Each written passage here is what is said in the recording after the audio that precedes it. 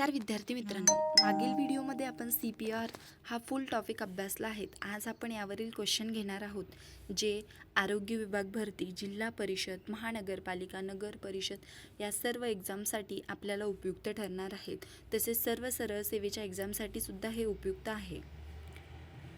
CPRचे पूर्ण रूप काय आहे याचं उत्तर आहे बघा, कार्डिओ पल्मनरी रिसॅच्युरेशन. CPR कधी दिला जातो तर याचं उत्तर आहे श्वसन व हृदयक्रिया थांबल्यावर.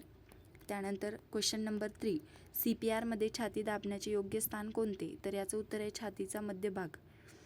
त्यानंतर बघा, CPRमध्ये कॉम्प्रेशन ब्रीदिंगचे प्रमाण किती असते तर याचं उत्तर आहे 30/2.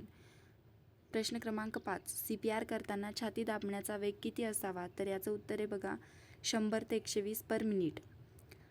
प्रश्न क्रमांक 6, CPRमध्ये छाती किती खोलपर्यंत दाबावी तर याचं उत्तर आहे 5 ते 6 सेंटीमीटर खोलपर्यंत दाबावी. प्रश्न क्रमांक 7, CPR देताना रुग्णाची स्थिती कशी असावी तर याचं उत्तर आहे कठीण पृष्ठभागावर पाठ टेकून. प्रश्न क्रमांक 8, CPR देण्यापूर्वी प्रथम काय तपासावे तर याचं उत्तर आहे बघा प्रथम प्रतिसाद तपासावा. प्रश्न क्रमांक 9, CPR करताना श्वास किती वेळा द्यावा तर याचं उत्तर आहे 1 सेकंद. प्रश्न क्रमांक 10, CPRमध्ये AED म्हणजे काय तर याचं उत्तर आहे बघा ॲटोमेटेड एक्सटर्नल डिब्रीथिलेटर. प्रश्न क्रमांक 11, CPRमध्ये चेस्ट कॉम्प्रेशन कोणी शोधले तर याचं उत्तर आहे विल्यम कोवेनोवेन. प्रश्न क्रमांक 12, CPRचा मुख्य उद्देश काय आहे तर याचं उत्तर आहे मेंदूला ऑक्सिजन पोहोचवणे.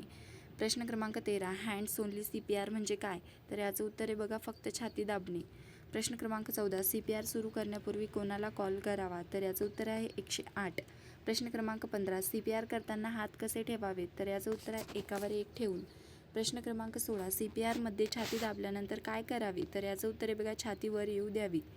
प्रश्न क्रमांक 17, CPR किती वेळ करावे तर याचं उत्तर आहे रुग्ण श्वास घेईपर्यंत. प्रश्न क्रमांक 18, CPR करताना हात कसे असावेत तर याचं उत्तर आहे सरळ.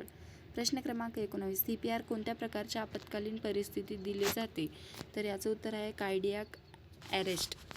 प्रश्न क्रमांक 20, CPRमध्ये रिकस ब्रीदिंग म्हणजे काय तर याचं उत्तर आहे तोंडातून कृत्रिम श्वास देणे. व्हिडिओ आवडल्यास लाईक करा, शेअर करा आणि सबस्क्राईब करा.